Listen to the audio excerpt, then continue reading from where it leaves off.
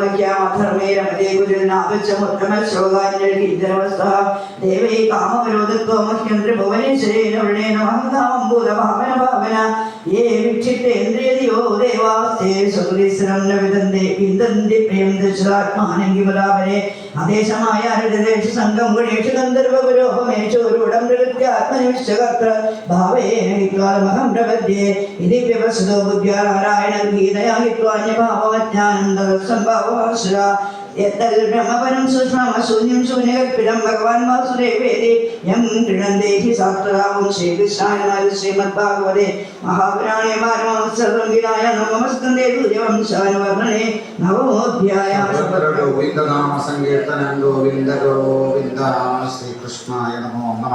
ഈ വംശത്തിൽ ഉർഗൻ എന്ന പേരായിട്ടുള്ള ഒരു രാജാവ് ഉണ്ടായി. അദ്ദേഹത്തിന്റെ മകനാണ് ബാഹുകൻ. അദ്ദേഹത്തിന്റെ മറ്റ് രാജ്ഞിമാർക്ക് അസൂയ, അവർക്ക് വെപ്പുണ്ടല്ലോ, അസൂയായിട്ട് അവർ ചെയ്തു. ആ പത്നിക്ക് വിഷം കൊടുത്തു.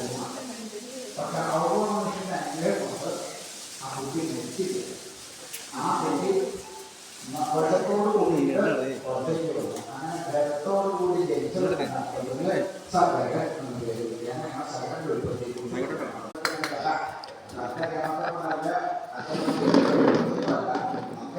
സെറ്റിംഗ് എടുക്കണേ.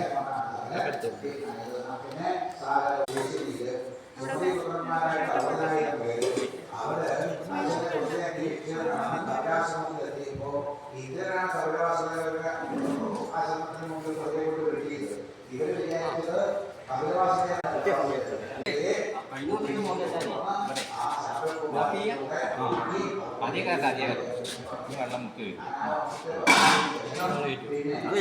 അവിടെ വെള്ളം അടിച്ച് ഞാൻ അവിടെ വെള്ളം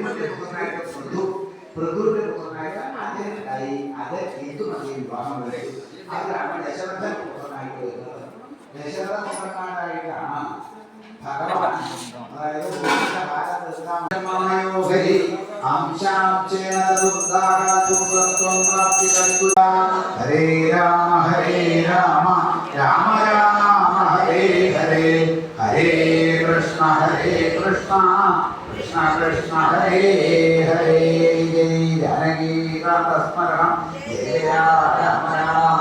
അങ്ങനെ ഭഗവാൻ 4 ഭാവത്തില് അവതരിച്ചു. രാമൻ, ലക്ഷ്മണൻ, ഭരതൻ, ശത്രുഘ്നൻ എന്നാണ് അവിടുത്തെ പേര് എന്ന് പറയുകയാണ്.